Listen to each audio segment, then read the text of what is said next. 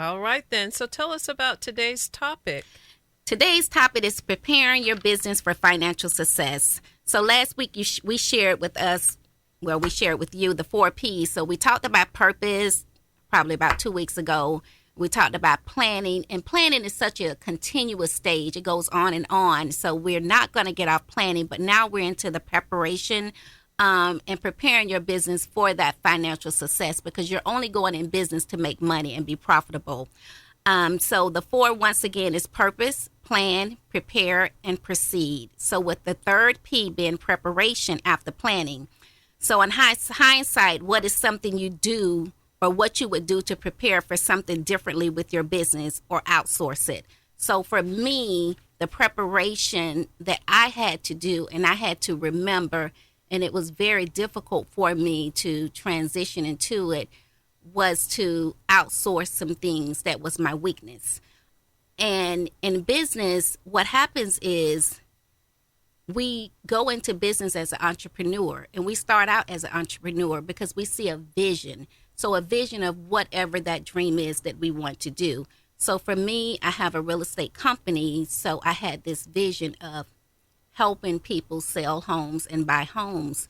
But at the same time, once I became a broker and I got my office and I started growing, I realized that I was also the manager, the technical person, and also the entrepreneur. Something had to give, and I had to not be all 3. So I had 3 people working for me, which was me, myself, and I. So, and I also was the technical, like I said, the entrepreneur and the manager. So technical involves your bookkeeping, it involves your accounting, it involves your preparing your policy and procedures, it involves your systems. How do you make those systems? It involves constant contact with your clientele. So after you do all those things every day, then what time do you have to sell a home or help someone buy a home? So the key thing for me was to understand my numbers and to know my numbers at all times. How could I do that if I'm wearing so many hats in my business? But that part of us that don't want to relinquish, or we feel that no one can do it better than us, will really slow us down into growing. So I had a slow growth initially because I didn't want to give up all of those hats. And I just felt like I can do it all. And eventually what happens is you won't have any other choice but to give up something, or you will not grow. So it's best to give it up early and let someone come in, such as expertise, when it comes to your bookkeeping, your receptionist, your assistant, bring someone else in, and that money, you're not losing money, you will gain money in the end. I think Marcellus and I talked about this yesterday, and he had a great point when it came to, you mentioned, what was that? You mentioned about the money and how you won't lose your money. We gain the money. Remember that quote you said? We dropped really so many gems. I'm searching through. I should have wrote it down. It was really good. And I said, oh, that's a good one. I need to keep that in my mind. Yeah. It'll come to you later. It was about the calculation. You can't calculate. Oh, that's our theme. Best math that an entrepreneur can learn is how to calculate the future costs of current decisions. And if you think about that, and remember I asked you to slow down and say that one more time, you have to calculate the future cost of our current decision. So our current decision would be to bring someone in that can know the numbers, bring in that assistant that can do the filing, that can answer the phone, that keep your clients together. Now you're out there and you're not working on your business. Now you're out there doing your business, so you could bring someone else in to take care of those things. So today, with that being said, we have a special guest. You do have a special guest. And at some point, we're going to come back and talk about the 3 stages of entrepreneurship. But why don't you go ahead and introduce who is joining you today? Well, Ms. Dedee Harper, we have a very special guest on your show, Estefania Torres at Crown Consulting Finance. And she is a QuickBooks online trainer, manager, and guru. So for anyone who's in the entrepreneurial or business world, one of the first tools that you often want to have to manage your books is QuickBooks. And she's here to give us the scoop on all of it. She's also a bookkeeper, has been in this career field for 4 years. And for all those Gator fans, she's a graduate of the University of Florida. And she almost didn't make my friend list. Everyone knows that I'm Florida State. So Estefania is close to my heart. She kind of made I have a couple of friends from the Gators, but we're not going to talk about it. I'm still Florida State, and you're still my friend, Estefania. So because you're knowledgeable and because you're a good bookkeeper and because you're good with online and you're such a special person and so smart, you're still my friend. And FSU is having a challenging season right now. So we're at tired. different points in Florida, we got to kind of merge with the winning squad. Yeah, let's talk about that. But that's neither here nor there. Well, Estefania, welcome to the Halo Effect Real Estate Show. How are you today? I'm doing great. Thank you so much. How are you? Oh, doing wonderful. Well, you know I'm what? very excited. Awesome. If you could tell our listeners here in Jacksonville about your business and how you're able to support startup business owners. Yeah, so I started QuickBooks Online a couple years ago, just freelancing, helping out some businesses. And then I worked with a company for about a year. And so I decided to do my own thing because I really wanted to start helping startups, just the smaller companies, and change the mindset of bookkeeping. I feel like everyone gets stuck in this DIY mindset that Dedee was talking about, and bookkeeping's often one of the last things a business owner wants to learn. In terms of having to get it done. So I'm really trying to change the mindset of, invest in bookkeeping now, and it'll really help you out in the long term. Absolutely. And, I know even Dedee with you, that's definitely one of your core tools that you enjoy, the bookkeeping piece of it. I think every time we talk, you speak, something with regards to the financials, to the real estate business. The bookkeeping will be a system. That's one of the systems that I would definitely have to have in place in QuickBooks.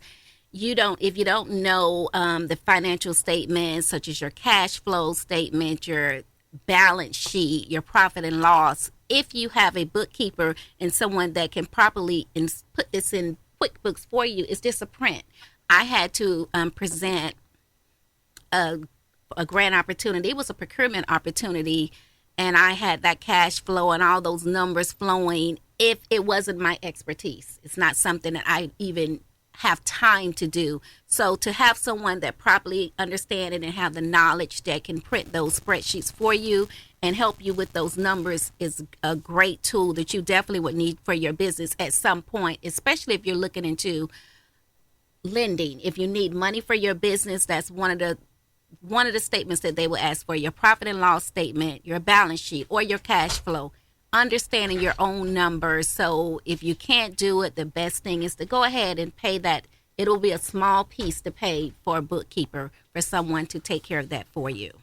And it automates everything. So exactly, automation is kind of the key to a process and system. Exactly. Which is valuable for business. And we described, the acronym of system last week, but save yourself time, energy, money. Yes. Yeah. And Estefania, what are the basic financials every entrepreneur needs to know? Mm-hmm. Well, honestly, I think Dedee covered most of them, actually. I love saying cash flow is number one, because once you know where your money is, especially what your greatest streams of revenue are and what expenses are eating up the most of your revenue, that's when you can start making adjustments. When hey, I'm making the most out of these products and services, where to invest once you have that extra revenue. And the same goes for your expenses. If you know which expenses are really eating up your revenue, you can start figuring out ways to cut down on those. So bookkeeping and, working towards growth is really a month-to-month process. And when you have those numbers, you can start adjusting them for growth. Yes, and understanding those numbers as well, because sometimes it may appear that we are making money, So say, for instance, you have a business and your income that you have received could be $100,000.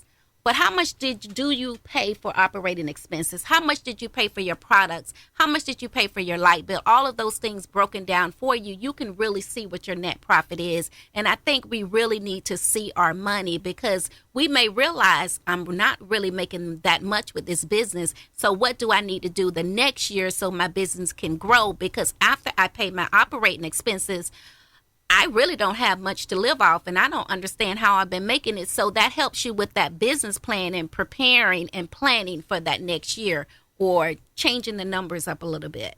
You're right. And to Stephanie's point, I knew a story of a person who went into business for trucking, and that's a very lucrative, attractive industry right now, partly because of Amazon that's opened up so many networks. But what they did, they got a great deal on a truck. It wasn't an 18-wheeler, it was a smaller one. So they weren't able to get the bigger loads, but they were able to get loads that would pay them maybe $1,000 per load. And with that as well, they said, well, hey, I can get a driver, I can pay them 20%. So they were looking and saying that was kind of the magic number they had. I'll get these loads for $1,000, I pay 20%, I'll keep $800. They didn't initially calculate the gas costs and insurance. Ooh, yes. And even in that gas cost, he said, well, okay, well, all right, well, I'll end up paying maybe $250 per trip. But he didn't calculate the logistics of they're not just going there, they got to come back. So if you don't find another place to go for them to pick up another load, then that fuel cost is doubled. Right. And to fill up, a truck is different from filling up your Lexus SUV. Exactly. So ultimately he found out that it wasn't as profitable, and it wasn't until he looked at his books several months later and said, I'm not really making money, and he had to revamp his whole business.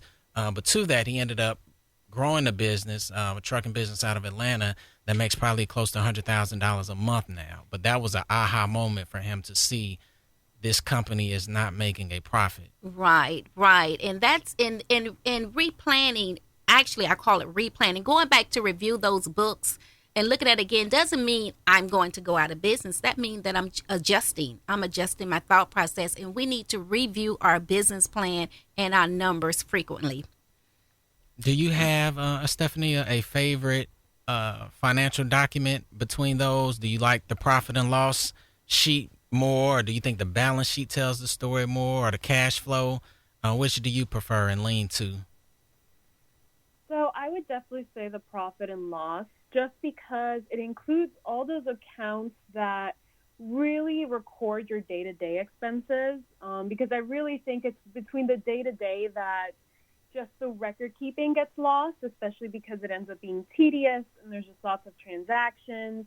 So when you can see those numbers in your books and they've been done well, that's when you get a really great overview of just how your company is doing. And it also covers, the cash flow record keeping as well. So yeah, definitely the profit and loss. And in QuickBooks, you can actually run them comparatively too, where you can run a profit and loss compared to the last month or the last year. And those numbers, I think, are so important to get just to see what kind of growth you've been having.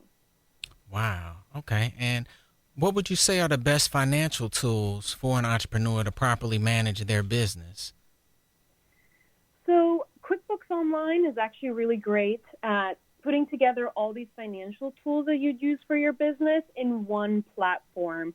And, through there, you can keep track of accounts receivable and payable. If you use invoices and bills, that's so important to keep track of. Any inventory and even sales processing, the difference between funds that have been deposited and not been deposited. I love to say every business is extremely unique. All the financial needs that they have is unique. And QuickBooks even offers third-party apps that can meet those needs as well. So, it's just depending on how your business is run and what kind of processes it needs to be done every day for it to keep going.